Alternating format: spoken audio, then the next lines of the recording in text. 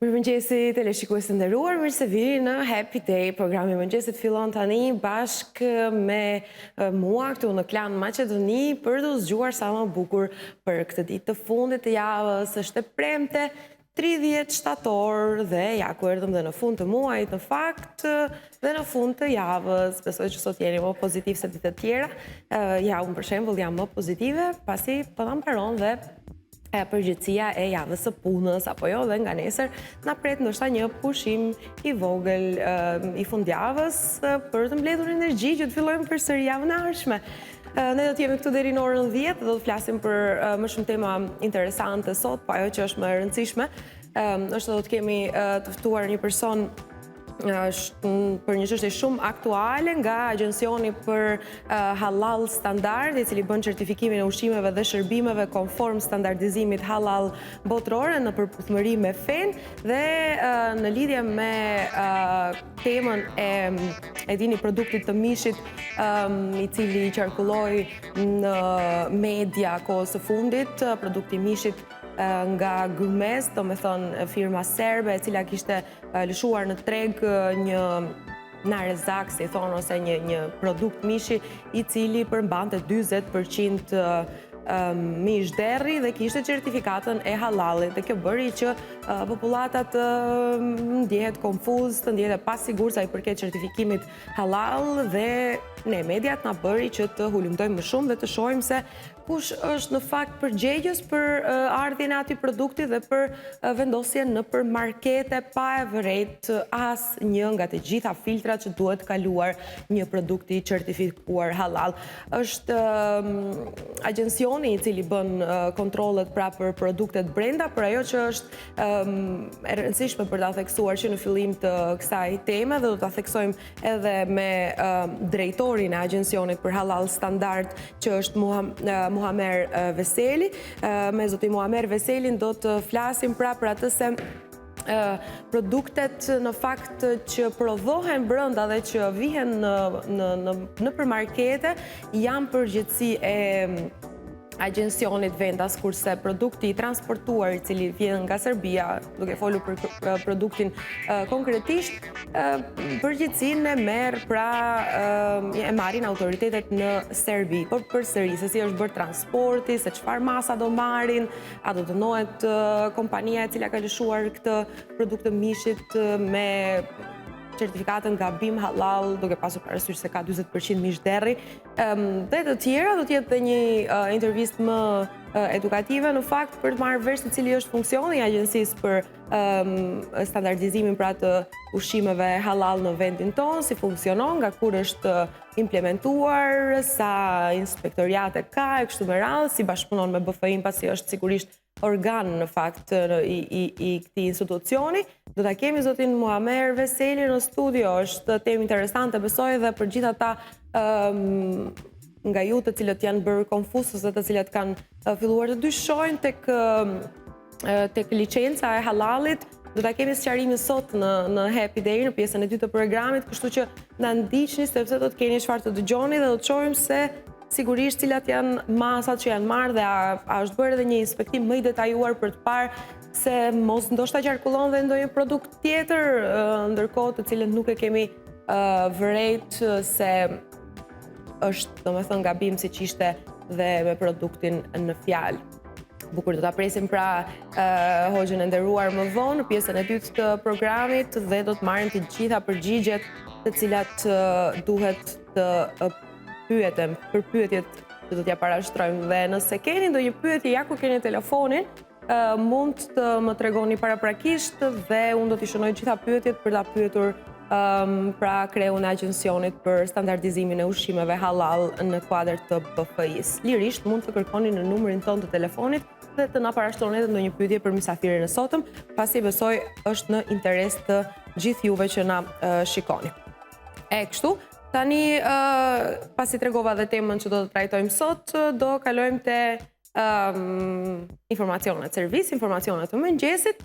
Jemi zgjuar në një kohë të themi të ndryshueshme, por jo dhe aq të ftohtë, pasi për momentin ora shënon 8-9 minuta dhe temperatura në Shkup shënon 14 gradë Celsius.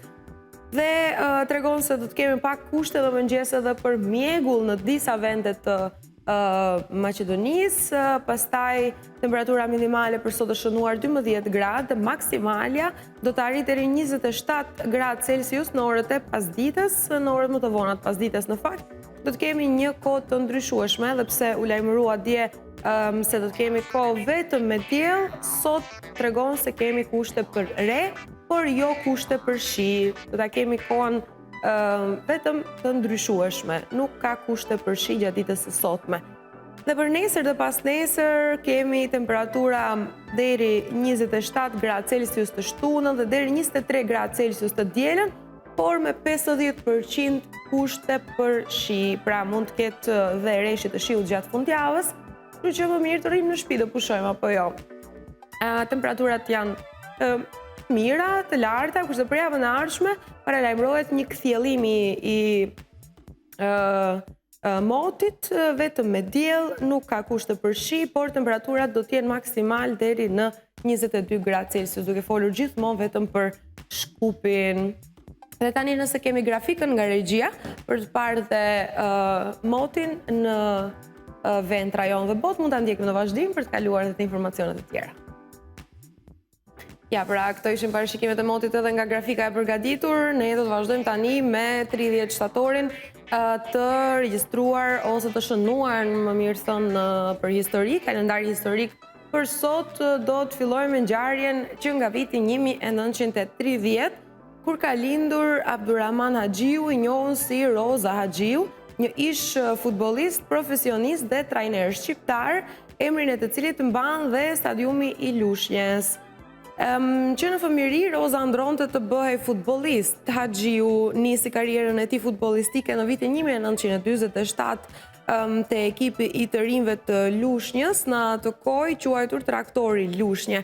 Ai qëndroi te Lushnja deri në vitin 1949 para se të kalonte për një periudhë të shkurtër te Besa. Në vitin 1951 ai u transferua te Partizani, ku do të kalonte një periudhë të suksesshme, duke fituar kampionatin 3 herë rresht dhe kupën 2 herë. Ai qëndroi te Partizani për shumicën e karrierës së tij, nga viti 1951 deri në vitin 1958, kur fitoi dhe medaljen e argjend në Lajspik.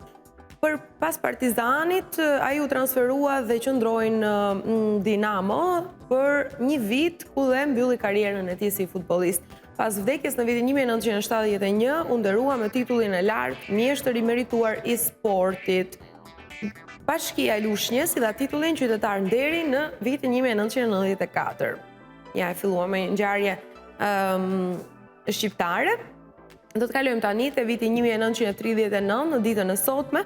Për herë të parë në historinë e televizioneve amerikane do të transmetohej live një ndeshje e futbollit amerikan, pikërisht në ekranin e NBC News, që do të shikohej në sytë e miliona spektatorëve, ndeshja mes ekipeve të Winesburg Yellow Jackets dhe Fordham Rams.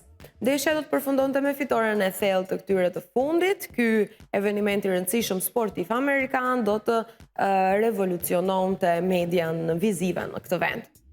E në vitin 1947, në ditën e sotme, pas një periudhe të gjatë kohore në sundimin britanik, shteti i Pakistanit antarësohet në OKB. E udhëhequr nga Liquad Ali Khan, Pakistani do të shpallte pavarësinë nga Perëndoria Britanike dhe njëkohësisht do të fillonte një etapë konfliktesh me fqinjin e saj Indin. Antarësimi i Pakistanit dhe më pas i Indis në Organizatën e Kombeve të Bashkuara do të jepte një konflikt, do të jepte këtij konflikti në fakt një ton ndërkombëtar. Ky konflikt për rajonin e Kashmirit do të jetë i pranishëm dhe në ditët tona, pasi Islamabadi dhe Delhi zyrtar nuk kanë arritur akoma një marrëveshje. 1955 në ditën e sotme ka vdekur në moshën 24 vjeçare pas një aksidenti automobilistik aktori i famshëm amerikan James Dean. Dean, edhe pse me një karrierë tepër të shkurtër, do të bëhej shumë shpejt i famshëm në Hollywood. Ai do të interpretonte në filmat Sailor Beware, Trouble Along the Way, East of Eden, The Giant e të tjerë. Gjithashtu ai do të aktronte në një sër serialesh televizive në vitet 40-50. Ai do të aksidentohej gjatë një eventi të garave me makina në Kaliforni. E në vitin 1964 ka lindur në Umbria një ndër ikonat e kinematografisë botërore, Monica Bellucci. Bellucci gjatë karrierës së saj 30 vjeçare do të spikaste për rolet e saj në filmat Bram Stoker Dracula, Malena, Tears of the Sun, Spectre e të tjera. Ajo do të cilësohej si një nga aktorët më të bukura që Hollywoodi kishte nxjerrë ndonjëherë. Monica Bellucci do të nominohej me një ser çmimesh kinematografike ku do të fitonte 3 prej tyre si aktoria protagoniste më e mirë. Urime ditëlindjen për Monica Bellucci e paska sot ka lindur në vitin 1964. E në vitin 1965 në ditën e sotme në Indonezi do të niste një nga fushatat më të egra të historisë së këtij vendi për sa i përket pastrimeve politike. Mbi 600.000 persona që i përkisnin kryesisht spektrit të majt politik do të arrestoheshin, gjykoheshin dhe ekzekutoheshin me urdhër të liderit Suharto. Grushti i shtetit i 30 shtatorit do të nxirrte ushterakët e lartë me në krye Suharën që të merrnin frenat e drejtimit të vendit. Ai do të rrëzohej nga pushteti në fund të viteve 90. E në vitin 1968, në ditën e sotme, avioni civil më i madh në botë, Boeing 747, u prezantua para publikut amerikan. Ai do të ishte 56 metra i gjallë dhe 60 metra i gjerë, ndërsa tonazhi i tij do të ishte 520 ton. Diametri i këtij avioni ishte 20 metra. Shpejtësia e tij maksimale për llogaritej në 1.000 kilometra në orë, gjithashtu ai mund të mbante deri në 600 pasagjerë. Boeing do të përcaktohej si një ndër mrekullitë e aviacionit ndërkombëtar, për sa i përket cilësisë së tij. Dhe ngjarja e fundit që shënohet në kalendarin historik për 30 shtatorin është në vitin 1993. Një tërmet i rënd me magnitudë 6.2 ball të shkallës Mercalli do të godiste rajonin e Maharashtrës në Indi, si pasojë 10.000 vetë do të humbisnin jetën, ndërsa mbi 30.000 vetë do të plagoseshin rënd. Me mira të tjerë do të ngelnin të pastre dhe si pasojë cilësisë tejet primitive të ndërtimit të banesave. Ky do të ishte një nga tërmetet më të fuqishme të kësaj shkalle në mbar botën. Dhe këto janë ngjarjet nga kalendari historik që janë shënuar për 30 shtatorin për ditën e sotme. Kishim dhe pak ngjarje artistike dhe nga sporti, kështu që ishte një kalendar historik i larmishëm. E tani do të kalojmë te horoskopi ditor, të shohim si janë të disponuara yjet për secilën shenjë për ditën e sotme dhe si do të reflektojë kjo pra edhe te neve. Do të fillojmë me dashin, të huaj do të duken të njohur, thot. Për dashin, ju mund të mësoni se si të kurseni para dhe t'i përdorni ato në mënyrën e duhur. Dita do t'jetë plot dashuri. Sot ju keni një tendencë për të vendosur objektivat tuaja shumë më të larta se zakonisht. Mos u zhgënjeni nëse rezultatet nuk vinë sipas pritjeve tuaja. Mund të shkoni në një park ose qendër tregtare me antarët e familjes. Ushqim i mirë dhe momente romantike do të keni sot. Demi. Fëmijët do të bëjnë më të bukur mbrëmjen tuaj, planifikoni një darkë të këndshme për të përballur ditën plot tension, ju mund të shpenzoni paratë tuaja për të rregulluar një artikull elektronik me defekt. Të afërmit tuaj nga vende të largëta mund t'ju kontaktojnë sot, i dashuri juaj do t'ju bëjë surprizë, qëndroni larg sipërmarrjes së përbashkët pasi partnerët do të përpiqen të përfitojnë nga ju. E jeta në çift do të jetë e bukur. Për binjakët, yoga dhe meditimi do të jenë shumë të dobishme për sot, mund të dilni me bashortin për të blerë disa sende me vlerë, e partneri do të bëjë përpjekje për të bërë të lumtur dhe do t'ju përkushtoj kujdes.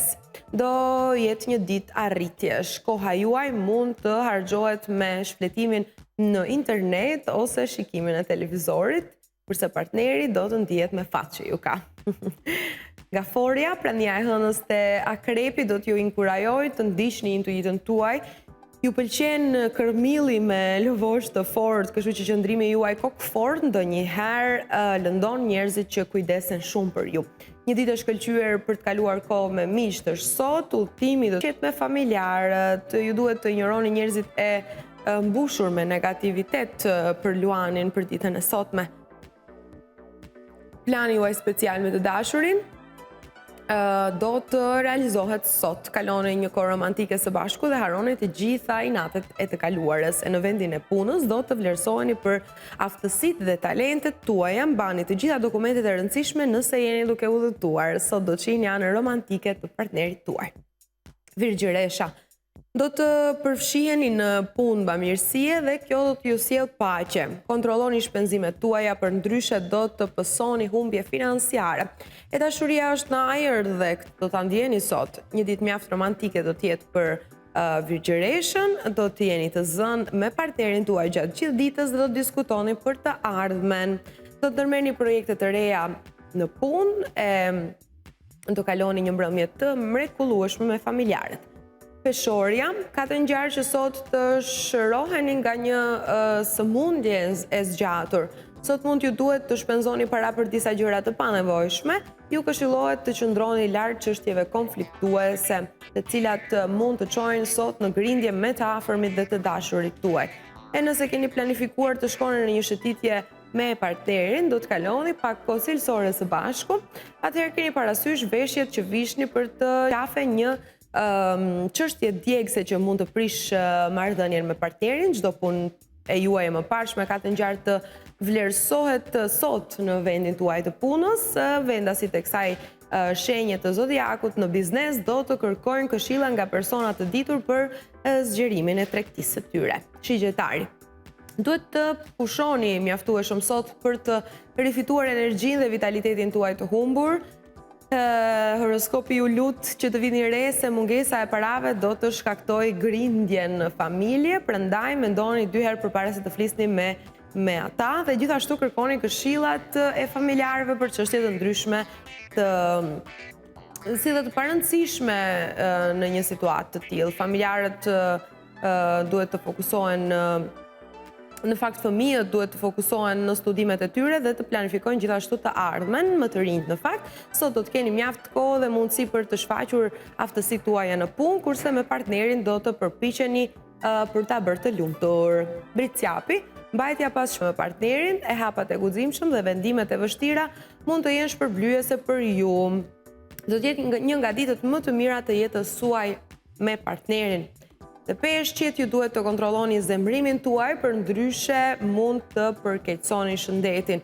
Biznesmenët duhet të mbajnë distancë nga njerëzit që kërkojnë ndihmën e tyre financiare, forcimi mendimit ndaj fëmijëve, pra të bëni një fëmijë, mund t'i mërzis partnerin tuaj. E mund t'ju vinë disa ftesa interesante dhe partneri mund të bëjë një përpjekje për t'ju gëzuar. Wow! Bukur. Ky ishte horoskopi ditor për sot, i përzier nga gjitha sferat nga pak. Po ja, dëgjuam. Për shembull, unë si shigjetar duhet të mbledh energjinë që kam humbur, ta rifitoj energjinë e humbur gjatë ditës së sotme, duhet të pushoj sa këshill e bukur, tamam e premte, dhe vetëm do pushojmë dhe do rimarim energjinë mirë. Tani do shënojmë ditën ndërkombëtare.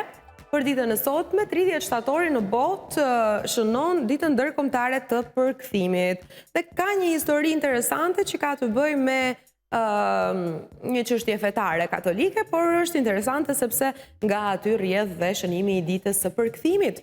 Prej vitit 1991, data 30 shtator njihet botërisht si dita ndërkombëtare e përkthimit. Kjo si një homazh ndaj Shën Jeronim, përkthyes i Biblës, i cili konsiderohet si shenjti mbrojtjes i përkthyesve. Përzgjedhja e datës 30 shtator përkon me ditën e vdekjes të të shenjtit në vitin 420. U njoh si e tillë falides të Federatës Ndërkombëtare të Përkthyesve, e cila hodhi idenë e një dite të njohur zyrtarisht mbi përkthimin. Sipas Federatës Ndërkombëtare të Përkthyesve, kjo ditë tregon solidaritetin e komunitetit të përkthimit në mbar botën në një përpjekje për të promovuar profesionin e përkthimit në vende të ndryshme, jo domosdoshmërisht vetëm në ato krishtere, sigurisht. Kjo është një mundësi për të shfaqur krenarinë në një profesion që është duke u bërë gjithnjë e më thelbësor në epokën e globalizmit. E shën Jeronimi, njohur me emrin latin Sophronos Eusebius Hieronymus. Shpresoj që e lexova mirë. U lind në vitin 347 në Stridon të Dalmacisë dhe vdiq më 30 shtator të 420-s në Betlehem. Ishte ai kishës pra përkthyes dhe teolog, u shpall mësues kishe nga Vatikani dhe njihet si përkthyesi i Biblës nga greqishtja dhe hebraishtja në latinisht. Vulgate e shën Jeronimit ende dhe sot është një tekst i rëndësishëm i kishës katolike romake. Shën Jeronimi në traditën artistike të kishës katolike romake paraqitet zakonisht si mbrojtës i mësimit teologjik dhe kardinal për krah i peshkvit Augustin, kryepeshkvit Ambrioz dhe Papa Gjorgjit të parë. Ja, për sa interesante, dita ndërkombëtare e përkthimit është shënuar nga shën, pra përkon në fakt me datën e vdekjes së shën Jeronimit, i cili ka përkthyer Biblën në latinisht dhe njëherë shënojmë pra ditën e përkthyesve, pasi siç thamë dhe në tekst është shumë e rëndësishme, sidomos për kohën tonë në të cilën jetojmë, për kohën globale dhe ka shumë rëndësi pra t'i flasësh dikujt në gjuhën e vet apo jo. Dhe përkthyesit me të vërtet kanë një punë të shenjtë, të themi, pse jo. Mirë, dhe pas gjithë këtyre informacioneve të mëngjesit, besoj se ka ardhur koha për të ushtruar pak me Pamellën, sepse kjo është pjesa më e rëndësishme e ditës për shëndetin tuaj fizik, mental, për disponimin, si dhe pse jo, dhe për dukjen sa më fit dhe sa më elegante. Do të ushtrojmë përsëri kardio dhe sot, por do të ushtrojmë kardio me ca stile tjera të Pamellës, do ta ndjekim videon në vazhdim. Kushtojini vetes pakës vëmendje dhe na ndiqni ne në Happy Day, pasi ju tham që do flasim sot me kreun e Agjencisë për kontrollimin e ushqimeve halal, Muamer Veseli, i cili do të vijë në pjesën e dytë të programit dhe do të na tregon se cilat janë hapat e mëtejshëm për të certifikuar sa më mirë ushqimet halal dhe për të kontrolluar sa më mirë marketet dhe tregun se çfarë ofrojnë për konsumatorët pas pra qarkullimit në media të produktit të mishit, të derrit me amblemën e halalit, që ishte vërtet një skandal në vete. Bukur. Sigurisht do të ndjekim dhe lajmet më vonë, kështu që një herë ushtrojmë dhe pastaj kthehemi me pjesën tjetër të programit. Oh, happy day. Dhe tani ka ardhur koha për të filluar pjesën e fundit të programit, atë pjesën e preferuar ndoshta tuajën, kur dhe është koha për mysafirin e ditës.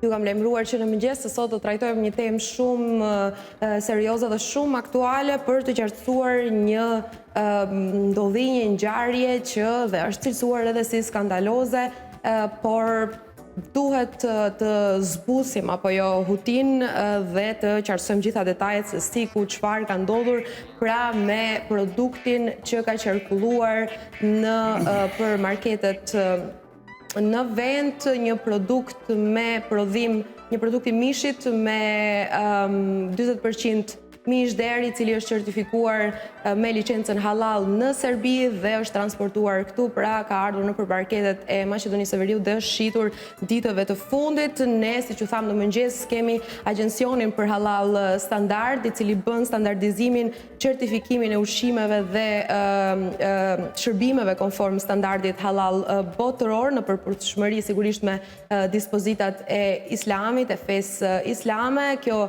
agjenci funksionon, ka një kohë tani më në Maqedoni dhe në krye të agjencisë është kryetari Muamer Veseli. Zoti Veseli është tani këtu në studio me mua dhe do të qartësojmë gjithçka që ka ndodhur dhe gjithçka që është e vërtetë dhe e pavërtetë bashkë me ju. Mirë se keni ardhur, kënaqësi. Bismillahirrahmanirrahim. Ju falenderit për ftesën. Është kënaqësia jona që të jemi mysafir në këtë ditë të mëngjesit në mesin e juaj dhe në mesin e gjithë atyre të cilët na ndjekin. Po ajo që theksuat është e vërtetë.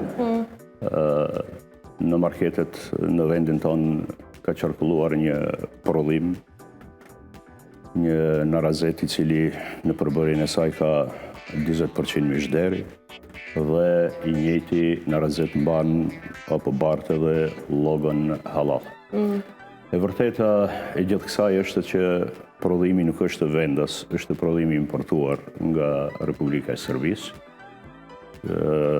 Kompania prodhuese atje ka venduar logon halal.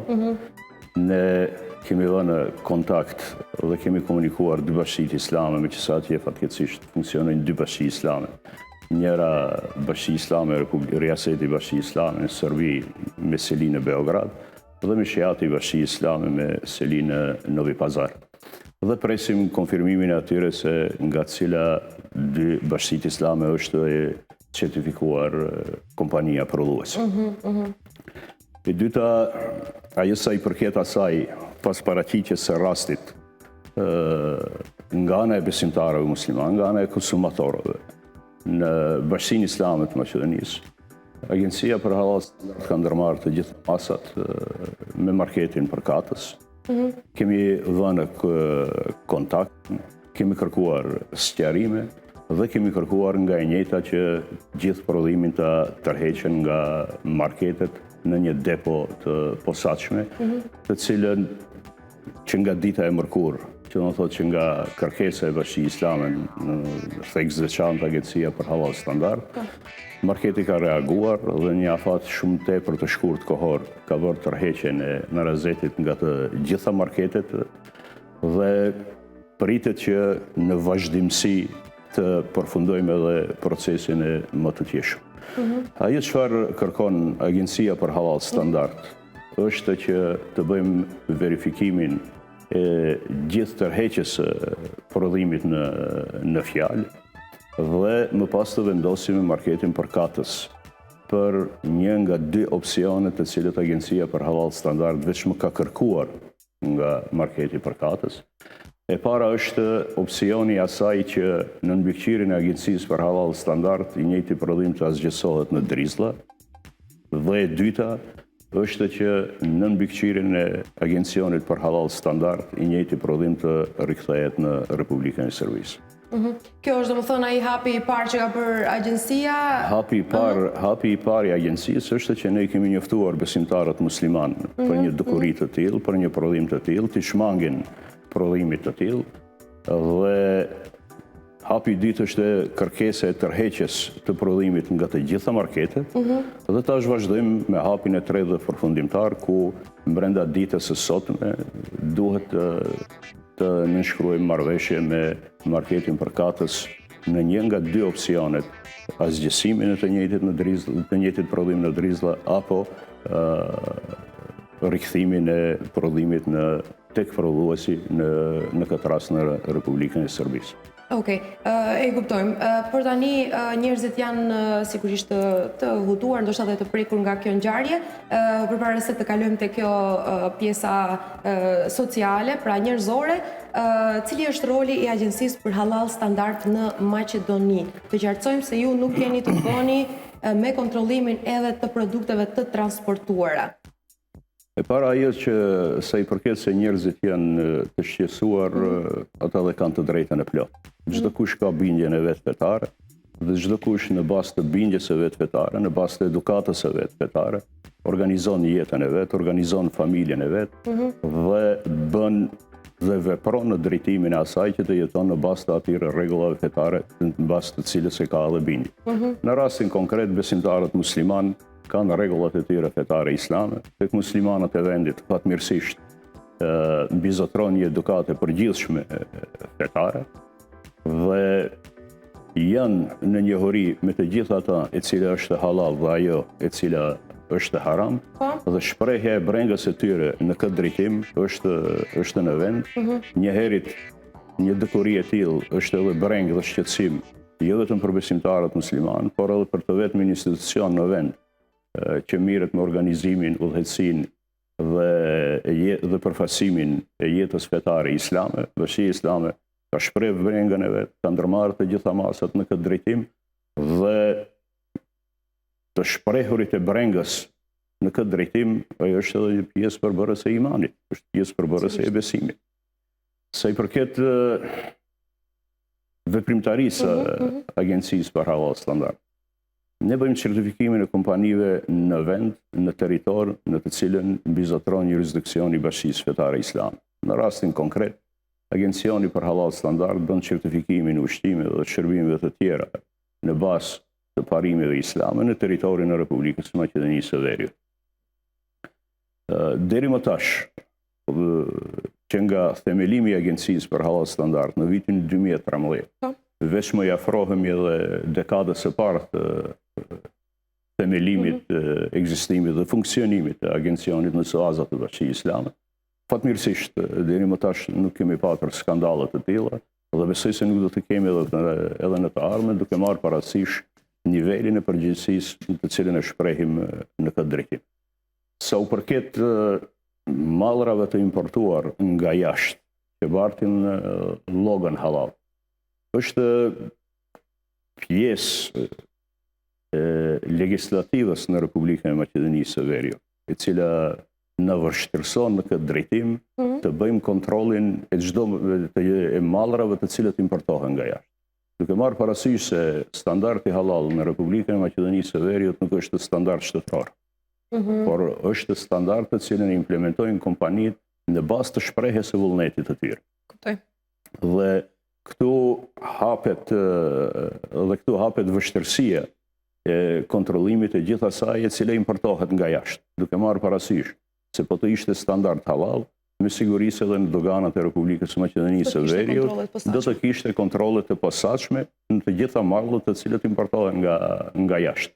Dhe kjo është ajo pjesë legislative, duke marrë parasysh edhe në thojza të theksojmë gjithmonë, nuk e themi ne Bashkia Islame, po e thonë të tjerë, në thojza gjithmonë duke u thirrur në sekularizmin e shtetit.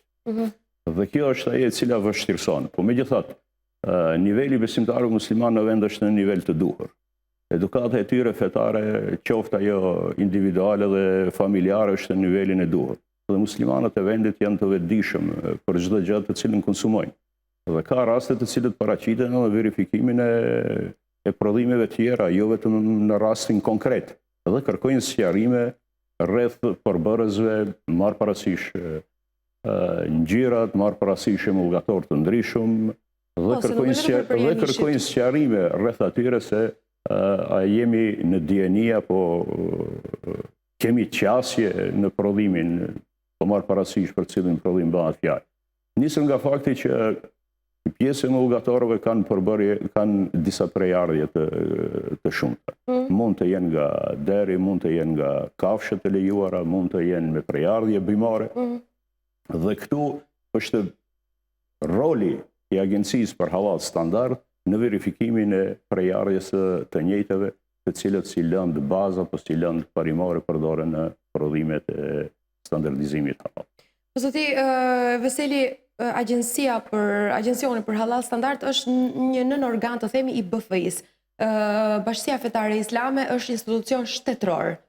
A nuk ka të drejtë ky institucion shtetëror të kërkojë përgjegjësi shtetërore për këtë që po flasim? E para, Bashkia Islame nuk është institucion përbërës i Republikës së Maqedonisë së Veriut. Bashkia Fetare Islame është institucion i vetëm që ka të bëjë me organizimin, udhëhecimin dhe përfaqësimin e jetës fetare islame në Republikën e Maqedonisë së Veriut. Dhe Bashkia Fetare Islame është e ndarë nga shteti dhe vepron brenda shtetit, dhe e cila ka të garantuar autonominë e saj të veprimtarisë, nisur nga kushtetuta e vendit, si dhe autonominë të cilën e garanton vetvetiu me kushtetutën e saj. Dhe e gjithë veprimtaria e Bashkisë Fetare Islame në të gjitha sferat e jetës vepron mbi bazën e ligjit, mbi pozitën e Bashkisë Fetare, në Republikën e Maqedonisë së Veriut. Ne, si Bashki Fetare Islame, kemi të gjitha të drejtat dhe kushtetuese dhe ligjore që të formojmë organe, institucione, ente të tjera të cilët kanë të bëjnë me organizimin, zhvillimin, udhëhecimin dhe përfaqësimin e jetës fetare islame. Në këtë drejtim dhe në bazë të kësaj, marrë parasysh nevojën permanente të kohës. Bashkia Fetare Islame ka themeluar edhe Agencionin për Halal Standard. me detyra dhe obligime të caktuara në bazë të statusit të saj në suaza të Bashkisë Fetare Islame.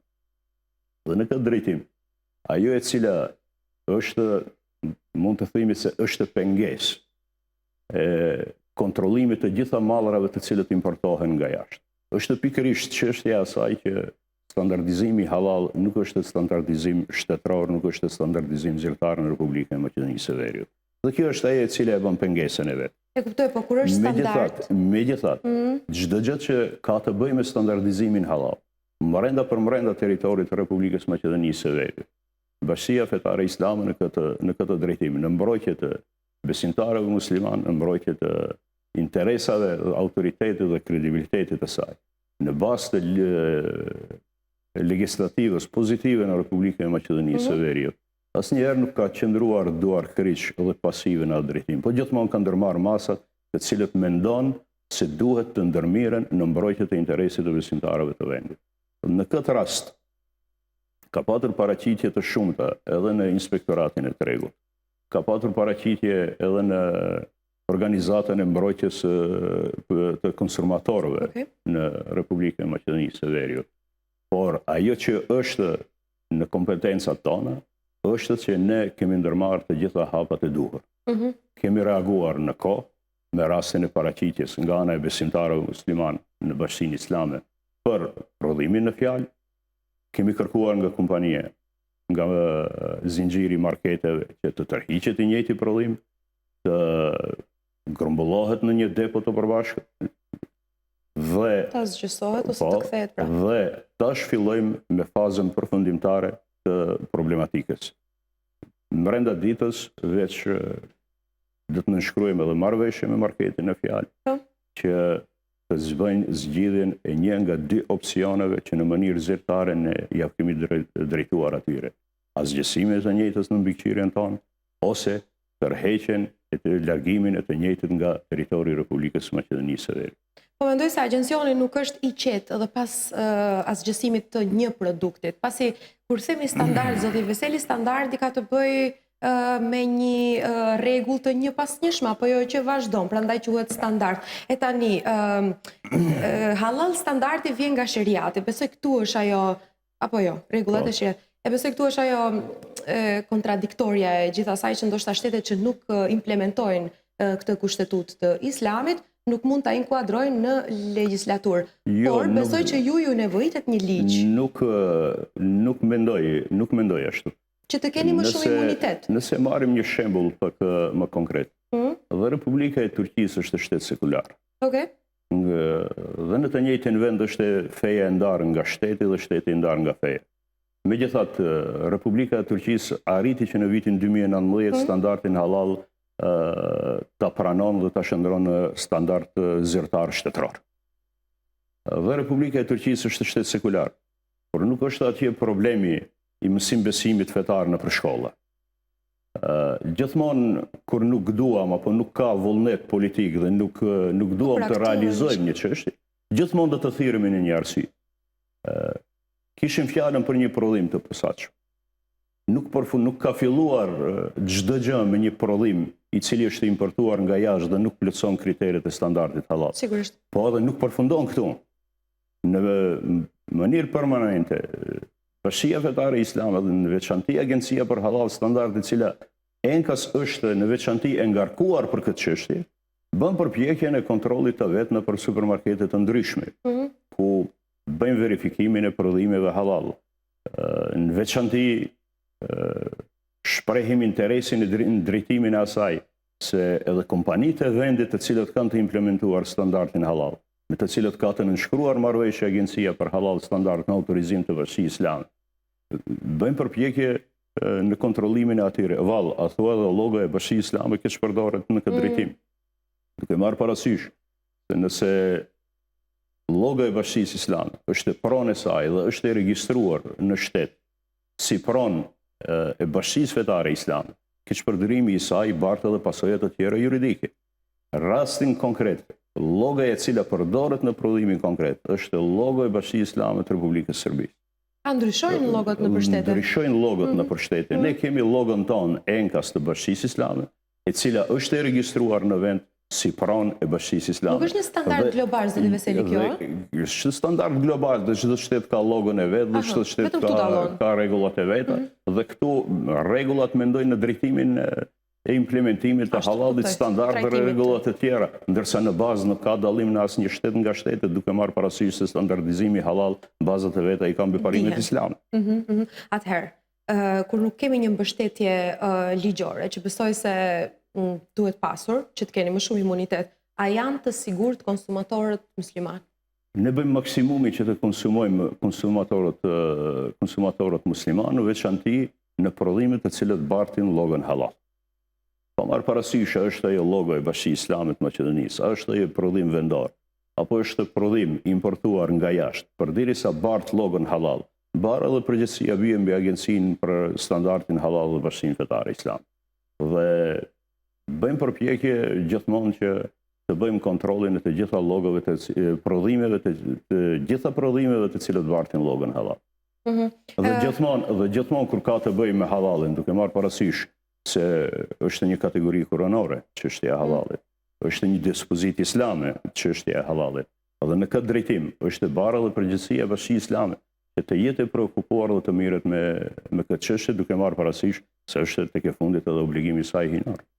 Do të thonë ju mbështet vetëm BFI-ja në fakt, institucionalisht. Jemi pjesë përbërëse e pandarë Bashkisë Islame.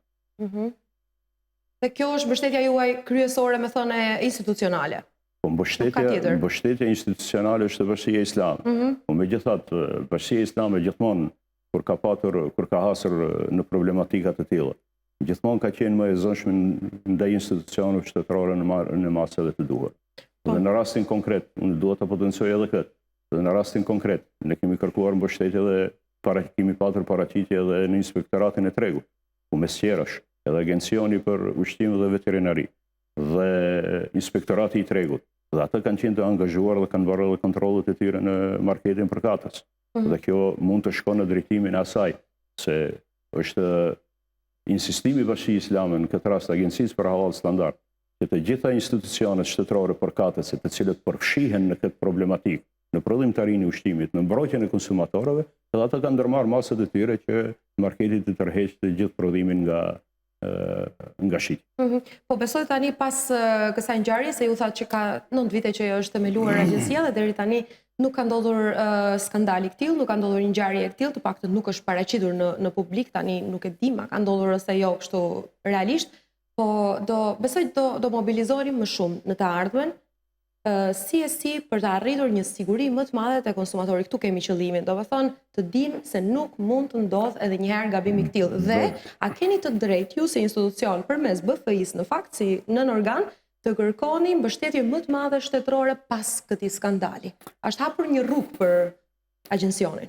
Deri tash ne nuk kemi qëndruar duar kryq. Edhe para ndodhjes së këtij skandali. Ka ndodhur skandale të tjera edhe në vende të tjera. Ka patër skandalet të tilla edhe në Bosnjë Hercegovinë, ka patër skandalet të tilla edhe në Kroaci, ndodhin skandalet të tilla në të gjitha vendet e botës.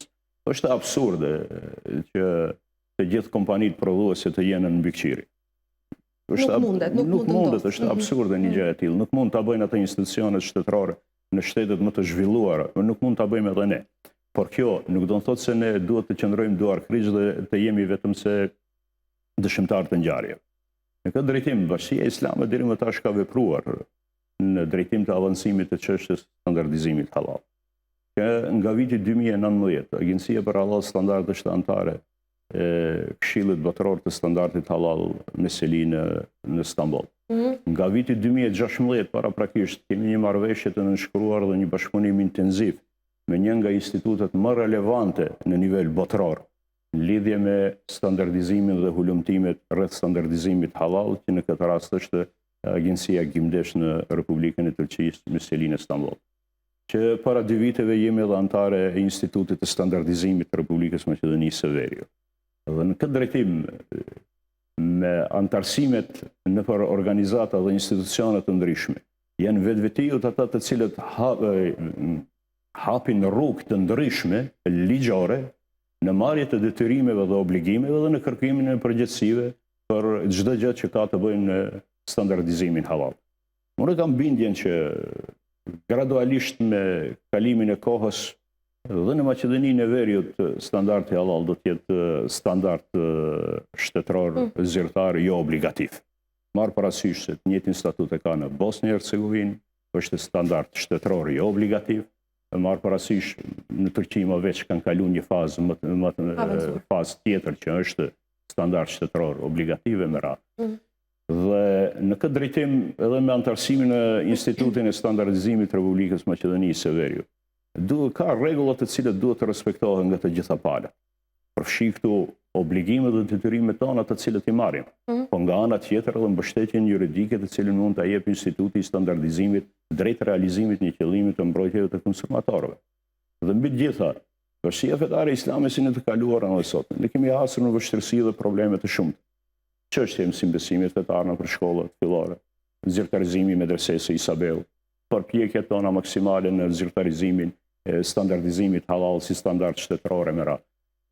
Gjithmonë kemi bërë përpjekjet tona dhe në vazhdimsi do t'i bëjmë deri në arritjen e qëllimit final, duke i respektuar të gjitha rregullat, duke i respektuar kushtetutën dhe normativën e vendit në suazë në bazë të së cilës edhe ne veprojmë. Zoti Veseli, tani dua të di për shembull unë dhe sigurisht dhe shikuesit se si ndodh që një kompani X konkuron për të marrë licencën. Çfarë bëni ju kur vjen, të themi, kompania drejtohet te agjencia për standardizimin halal dhe ju thot ne kemi një produkt të përgatitur halal dhe duam ta licencojmë. Çfarë bëni ju? Si është e gjitha ajo procedura? Procedura e implementimit të standardit halal kalon në 3 faza. Nuk është e lidhur me afatin kohor. Është e lidhur me esencën e saj në plotësimin e kushteve dhe kriteriumeve të cilët kërkohen nga Agjencia për Halal Standard. Për licencimin e një produkti halal, prodhuesi duhet të drejtohet në Agjencinë për Halal Standard. Ka kërkesë të posaçme të cilën ai duhet ta përpilon. Dhe në fund të kërkesës ka edhe një dokument i cili quhet deklaratë. Dhe ai duhet të plotëson edhe deklaratën në mënyrë vullnetare se është i gatshëm të implementon standardin halal dhe të respekton të gjitha instruksionet dhe udhëzimet të cilët jepen nga Agjencia për Halal Standard. A ka inspektoriat sanitar, agjencia që shkon te kompania? Në rastin kur drejtoria e Agjencisë për Halal Standard vlerëson se një prodhim është i mundshëm që të certifikohet halal, në rastin konkret formon edhe komision të posaçëm. Në të cilin komision përfshihen teknolog të ushqimit, përfshihen veterinar, përfshihen agronom, të cilët kanë kualifikimin e duhur dhe veç kualifikimit të tyre, me kërkesë të Agjencisë për Halal Standard kanë edhe trajtime profesionale në Institutin për Hulumtime Halal Standard Gjimdesh në Republikën e Turqisë, nga e cila dhe certifikohen se ata mund të bëjnë vlerësimet dhe të japin instruksionet e tyre drejt përmbushjes së kriteriumeve të standardizimit halal. Pas themelimit të komisionit fillon faza e dytë. Tu drejtoria e Agjencisë për Halal Standard nuk ka qasje, kjo është çështje profesionale. Dhe në këtë çështje profesionale ata bëjnë verifikimin e të gjitha lëndëve bazë, të cilët kush ata? Kompania? Jo, komisioni posaçëm i Agjencisë për Halal Standard. Bëjnë verifikimin e të gjitha lëndëve. Që luajnë rolin e inspektimit sanitar. Po, që luajnë rolin e inspektimit sanitar. Dhe ata bëjnë verifikimin e të gjitha lëndëve të para, lëndëve bazë të cilët përfshihen në prodhimin e një produkti. Nëse lëndët e para janë ata të cilët janë lëndë të lejuara në bazë të dispozitave islame, atëherë bëhet verifikimi i të njëjtave dhe lejohet përdorimi i të njëjtave në prodhimin përkatës. Pas asaj bëhet në fund edhe verifikimi i gjithë prodhimit dhe gjithë zinxhirit të prodhimit, që nga lënda e parë deri në prodhimin përfundimtar, bëhet verifikimi i të njëjtës në drejtim të plotësimit të kriteriumeve të cilat kërkohen në bazë të dispozitave të fesë islame. Dhe më pas, kompania përkatëse nënshkruan marrëveshje të posaçme me Agjencinë për Halal Standard në përmbajtje të të njëjtave kushte dhe kriteriumeve dhe në verifikimin e listës përfundimtare të prodhimit. E njëjta marrëveshje verifikohet në noter dhe dy palët këtu marrin përgjegjësitë e përbashkët. Tani dhe në të njëjtën marrëveshje për të gjitha kompanitë, për hir të asaj që edhe opinioni të jetë informuar, në të njëjtën marrëveshje kompania merr obligimin e asaj A shtyr tani besimi mes që i ju? mundëson Agjencisë për Halal Standard të bën kontrollin edhe brenda kompanisë prodhuese, pa marrë parasysh në vizitat e lajmëruara apo kontrolle edhe të paralajmëruara.